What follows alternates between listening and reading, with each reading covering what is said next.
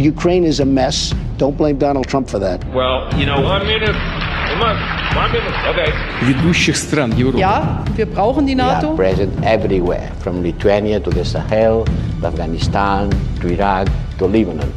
War and Peace, a podcast by the International Crisis Group. Welcome back to War and Peace, a podcast of the International Crisis Group. I'm your host, Olga Gottemoeller, and I'm speaking to you once again from Brussels. And I'm your co-host, Hugh Pope, also speaking from Brussels. We are incredibly lucky to have here on the podcast today Rose Gottemoeller. Rose is a former Deputy Secretary-General of NATO, the NATO Alliance, and she was in that role until just last year. Before that, she was the Chief U.S. Negotiator on Arms Control. She is currently a distinguished lecturer at Stanford University and a research fellow at the Hoover Institution. And we are going to talk to Rose about the changing transatlantic environment. So, Rose, thank you so much for joining us. It's really my pleasure. I'm delighted to be here, Olga, and also Hugh. So I wanted to start with the transatlantic relationship. We are recording this when Donald Trump is still president, but Joe Biden is president-elect. And I think there's a certain hope. There was certainly a certain hope when Trump was elected among many allies that whatever he did, whatever he was, it would be temporary and then America would get back to normal. So will the presidency of Joe Biden return the transatlantic relationship to normal, or has Trump actually been that abnormal? I think the Biden presidency is going to return essentially to a new normal. We won't go back to the past. That's all there is to it. But that is formed not so much based on the personalities involved, but based on the fact that we are all suffering from this global pandemic. And so a lot is changing in society, a lot is changing in our economies, and in our defense and security relationships, there are also inevitable changes. So I think it is important to bear in mind that we will have a new normal. And I know that Vice President Biden, President-elect Biden, is very keen to prioritize reestablishing links with our allies and a healthy relationship with our allies. He's been clear about that. His campaign has been clear about that from the outset. So I am hopeful that there will be early on a vigorous effort at consultation, discussion with allies, both the NATO allies and also allies in Asia and elsewhere in the world, and an effort, again, to establish good lines of communication and a better relationship. I'll put it that way, because there is a lot of confidence building that needs to be done at this time. So what does that look like? What is a new normal for the transatlantic relationship? There will be some abiding issues, I think, that President Biden will be focused on, and one is defense expenditure. I know for all the countries in NATO and for all allies, again, because of the pandemic, it is going to be difficult to think about keeping defense spending numbers up. But I know for the U.S. administration, no matter who's in the White House, and this has been the case for 60 years, it is important that defense burden sharing is not only on the shoulders of the United States, or the defense burden is not only on the shoulders of the United States, but is shared among the allies. So that will continue to be a priority, I am sure, for President Biden. But at the same time, I do believe, and I should stress for your listeners right at the outset, that I'm expressing my personal views throughout this podcast. I have no official role, and I wouldn't want to imply that. But I do believe that there will be a big effort, again, on outreach to the allies and on partnership with the allies, on getting allied views on what the priorities should be going forward, and on thinking through together how to handle continuing challenges that are out there, whether it's the challenge posed by the Russian Federation, whether it's the continued challenge posed by violent extremism and terrorism, or whether it is emerging potential challenges such as a rising China. So I think there will be an effort to have a lot more solid, good communication and to hear what allies have to say and take their opinions into account. Do you think that there's been any change in the Allies' view of the United States after this Trump interlude? I mean, for sure, we can expect more communication and probably continued pressure on defense spending. But do you think the Allies themselves are as committed to the alliance as they used to be? There's obviously an enormous confidence-building task that will have to take place because, honestly, the Allies have had their confidence in the United States shaken in this period and shaken in profound ways because it has not always been clear that President Trump was committed to allied relationships, again, whether with the NATO allies or with allies in Asia. And he was quite tough on some of the allies. I know Berlin felt that way. And also Seoul, if we look at the Indo-Pacific, they saw some very tough bargaining to try to get them to spend more for the basing arrangements in the Republic of Korea and South Korea. So there's been pressure all across the alliance relationships and a real feeling of unpredictability, I think, about what is coming next. So there will have to be a great deal of work done to repair that. So one of the narratives that has gained strength during the 4 years of the Trump presidency in Europe is that European autonomy, right? The idea that Europe has been too much in America's shadow, that Europe needs to have, you mentioned listening to the allies. Well, the allies need to have more to say when it comes to conversations with the United States, but also that Europe should be an independent power in its own right. What do you think of that? Do you think that is something that really is going to emerge? And will the implications be, if so? It's already emerging, Olga, and we've seen it coming for some time. President Macron in France has been particularly insistent that there should be a big investment by the European Union and by the European countries in their own defense, with an emphasis on having the independent capacity and capability. That process is already afoot, Olga, and has been for some time now, because politicians in Europe, leaders like President Macron, have said, look, we need to have our own independent defense capability and capacity. We can build it up in the EU. We should, as individual European countries, be building up our defenses independently for use in a European setting. Even a European army has been mentioned. Now, my view as NATO DSG, as the Deputy Secretary-General, always was that it's fine if Europe builds its own defense capabilities, if the EU builds up defense capabilities, as long as they are available for NATO to use in its own mission and operations, that NATO won't be shut out of cooperating with the EU on making use of defense capacity. And furthermore, that we have a good conversation going on about requirements and what the military requirements are. We can't have the European Union asking its member states for one set of equipment and the NATO requirements process, asking the allies for a whole nother set of equipment. That will never work and will add to a lot of waste, I think, in terms of how defense expenditures go forward. So we need to be in close communications and working closely together. I always said what Europe does to build up its defense capacity can be good for NATO and is an aspect of positive burden sharing. So I don't think it's something NATO should be afraid of in any way, shape, or form. But it is clear that the Europeans are thinking now and thinking hard. If the United States is not always going to be there for us, what are we going to have to do for our own defense? Talking about the new normal and investment, I mean, obviously NATO was made a long time ago. Do you think it's time for investment in new capacities not typically thought of as part of NATO? For instance, dealing with pandemics or cyber warfare or engaging the next generation or perhaps even some addressing of the gender imbalance in military matters. Is this the kind of thing that NATO should be getting involved in, or has it got a lot more basics to get fixed first? The basics are always there, Hugh, and it's a constant struggle just to ensure that NATO allies are buying the right kind of kit, buying the right kind of equipment and military weapons and vehicles and all that kind of thing. So the basics are always with us. But NATO is also trying to wrestle with some of the new challenges that are out there. And you mentioned the pandemic. I think that's a really good example because NATO, like the rest of the countries around the world, really stumbled at the initial stage when the pandemic first broke out in the spring of 2020. And was slow off the mark. But by the time the June defense ministerial rolled around, NATO was ready with a proposal to establish an operation to handle future pandemic challenges. And why is that important? Once an operation is established, it means the full force of NATO planning capability, military planning capability, is applied to the problem at hand.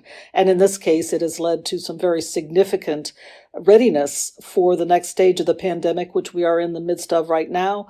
And there are also special capabilities that NATO has in terms of a trust fund to build up supplies in advance for, again, tackling the next phase of the pandemic. So NATO is very adaptable, and that is why I think NATO will will live and survive going forward, because as new challenges come up, it adapts itself to the new challenges. And I mean, I think the NATO of today is not something that its creators could have possibly envisioned. The missions NATO has undertaken over the last 20 years are not ones that its creators likely envisioned. Is NATO prepared for the missions of tomorrow that we perhaps are having trouble envisioning? Is there a way other than trying to build that adaptability to make it more able and to make it survive, or need it survive should NATO go away and be replaced by something else at some point? It's trying to look over the horizon. Hugh mentioned a moment ago new technological challenges such as cyber warfare. And again, NATO is trying to adapt as fast as it can. It established cyber as a domain of military operations a couple of years ago in order to be able to establish a new center for military command and ensuring that it's able to handle cyber attacks coming at it in the midst of a crisis or conflict, heaven forbid, but a conflict, and thinking about what kinds of tools it would have available to respond to such cyber attacks.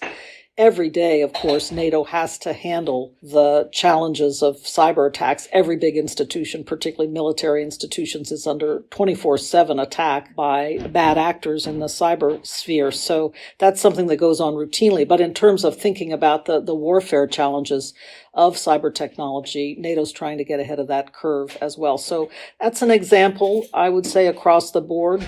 It is trying its best. The other major area it has been trying to tackle is the so-called hybrid threats.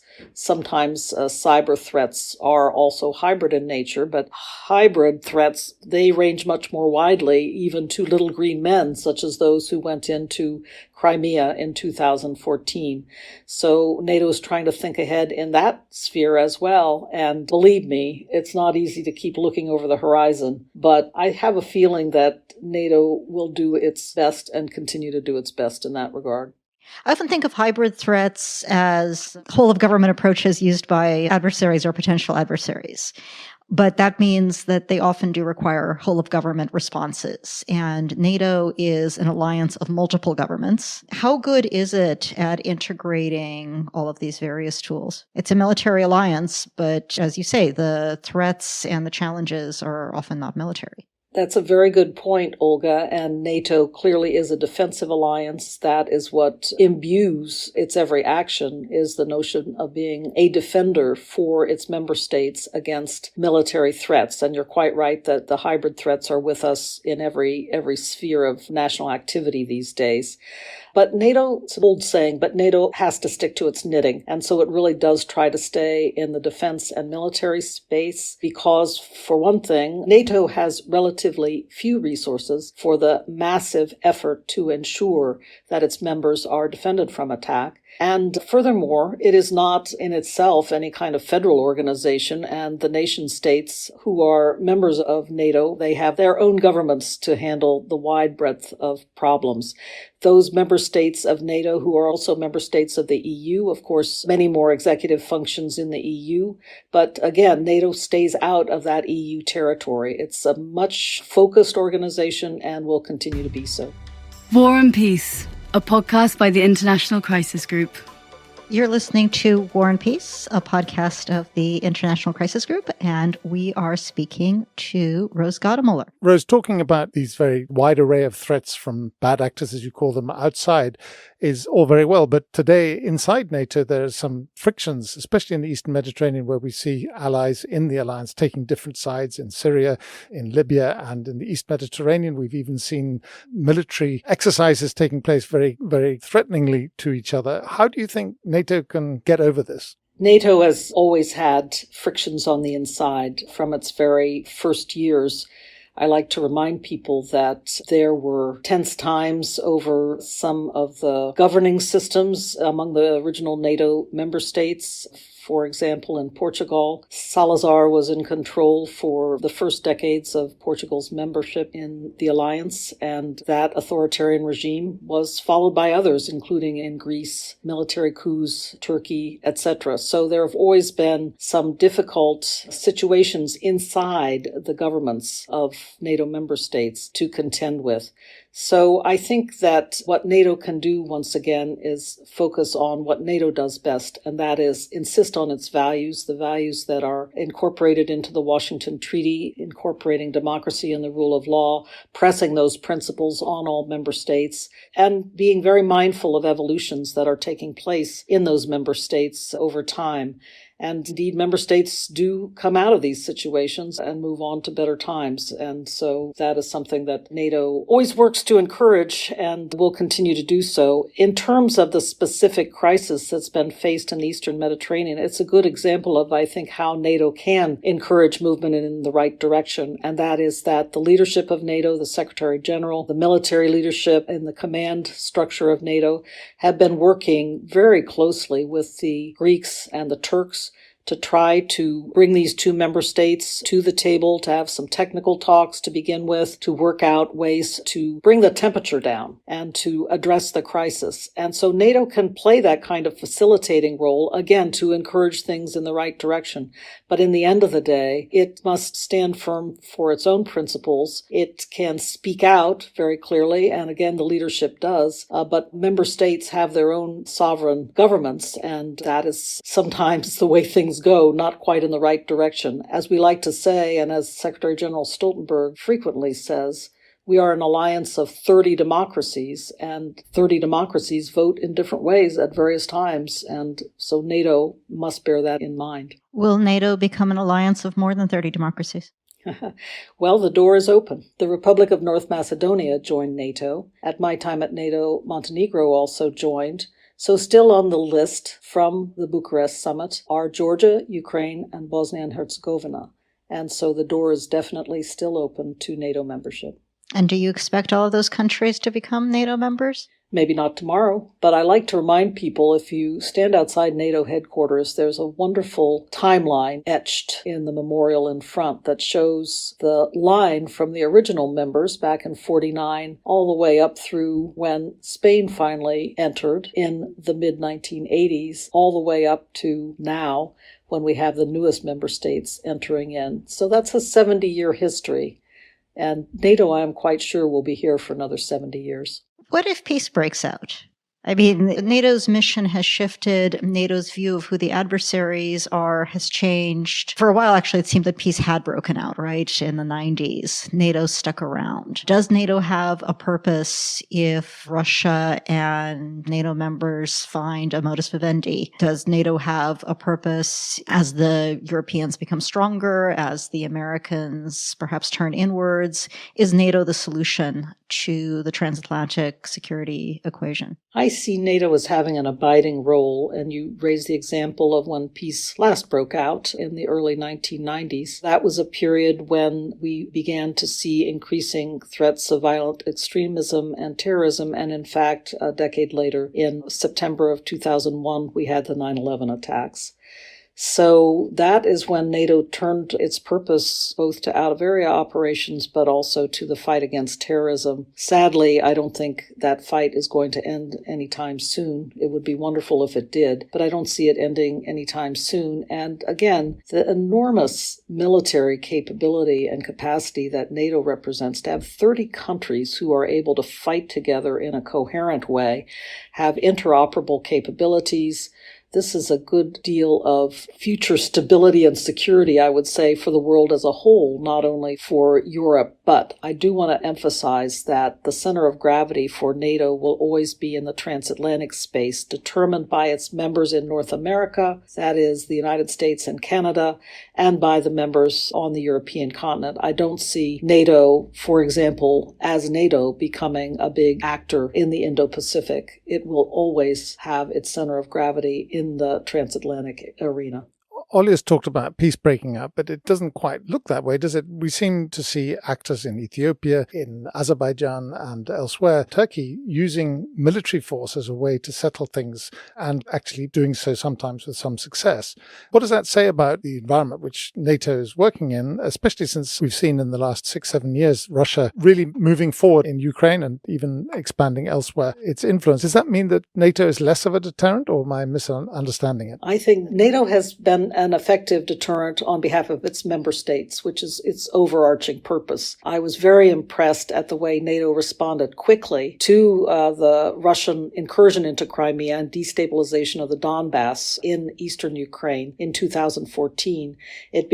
Russia also began to press more aggressively against NATO borders, and within a very short time, NATO had formed up the so-called battle groups in the Baltic states and Poland. It did not take very long for NATO to put those forces in place, and they are what we call a deterrent tripwire. Russia knows that it is facing the full force of the alliance. If it impinges on the territory of the Baltic states or Poland, it is facing all of the allies who are deployed in those battle groups. Now, of course, people say those battle groups, they're only a couple thousand service people each. What's that going to do? Well, the point is they are a deterrence tripwire, and they have to be backed up by effective reinforcements. So that is what NATO has concentrated on next, building up its reinforcement capability and capacity, and it will continue to do so. So here we're back to that theme that NATO is very adaptable. And I think the NATO response to Russia's aggression in Ukraine is an excellent example of how it was quick on its feet to ensure that its deterrent purpose would be met if need be. So speaking of Russia, Rose, I can't not ask you, you were America's negotiator on the New START treaty. The question of that treaty's future is uncertain, to say the least. What do you think? Will New START be extended, and will there be a follow-on treaty? Or you read a paper on this, right, on the future of arms control in the Washington Quarterly published a month or so ago. What happens? Do we get to keep New START, and what happens after? President Trump was not a big fan of New START, but even his administration agreed and decided that it should be extended for 1 year, and that was the agreement that was reached with President Putin in the closing months of the Trump administration. I believe that it's very, very important to extend the treaty for 5 years, as is permitted by the treaty. It was negotiated so that it could be extended for 5 years without any difficulty. It does not, for example, have to go back to the U.S. Senate for another ratification process. It can simply be extended for 5 years. Why is this important? For one thing, 1 year, as I found out, trying to negotiate and get New START into force, it's impossible to do it all in 1 year. It's impossible to do both the negotiations and then the process in the U.S. Senate in 1 year. And so that is why I think it's really, really important to extend for 5 years so you have adequate time to negotiate. But also, and for some of your listeners, this may not be an especially palatable message, but the U.S. is embarking on a modernization of its nuclear triad. It's a judicious modernization that will be kept under control, under limits, by the limits of the New START treaty, but it is going to unfold over the next 10 years. I think having a predictable and stable environment in which that modernization can take place should be an important national security priority for the United States, and that is why I have been arguing for a full 5-year extension to give the United States predictability and stability during its modernization process for the nuclear triad. So on that note, I think we are out of time. But Rose, thank you so much for joining us. Listeners, you might want to check out Rose's full article in the Washington Quarterly. It's the fall issue, and it's called The Future of Arms Control. And I think you can't get a better source of insights and analysis on arms control than Rose Gottemoeller. So if you want to understand what has happened and what could happen yet, you should absolutely read it. But in general, Rose, just thank you for joining us. It was truly my pleasure. Hugh, Olga, great to be with you. You should also be following Rose and her work. She's on Twitter. She's at Gottemoeller. And for more on Crisis Group's work on the challenges facing NATO's member states and the many conflicts and crises that they are actually involved in, do check out our website, www.crisisgroup.org. You should also follow Crisis Group and Hugh and me on Twitter. Crisis Group is at Crisis Group. Hugh is at Hugh_Pope. And I'm at Olga Oliker. You can also check us out on Facebook and Instagram, where we are also at Crisis Group. And please do feel free to tweet about us and what you like or don't like about the podcast. We will pay attention and we will listen. If you're listening through iTunes, we'd really love it if you could leave us a rating and a review as well. And War&Peace is a partner in the Europod network of podcasts about Europe. Check out some of the others. So big thanks to producers, Bool Media, and to Rebecca Zerun Asafa, who makes sure Ollie and I know what we're doing every time we record one of these sessions. And our biggest thanks, as always, to you, our listeners. Looking forward to chatting with you once again in a couple of weeks. Goodbye. Goodbye. War and Peace, a podcast by the International Crisis Group.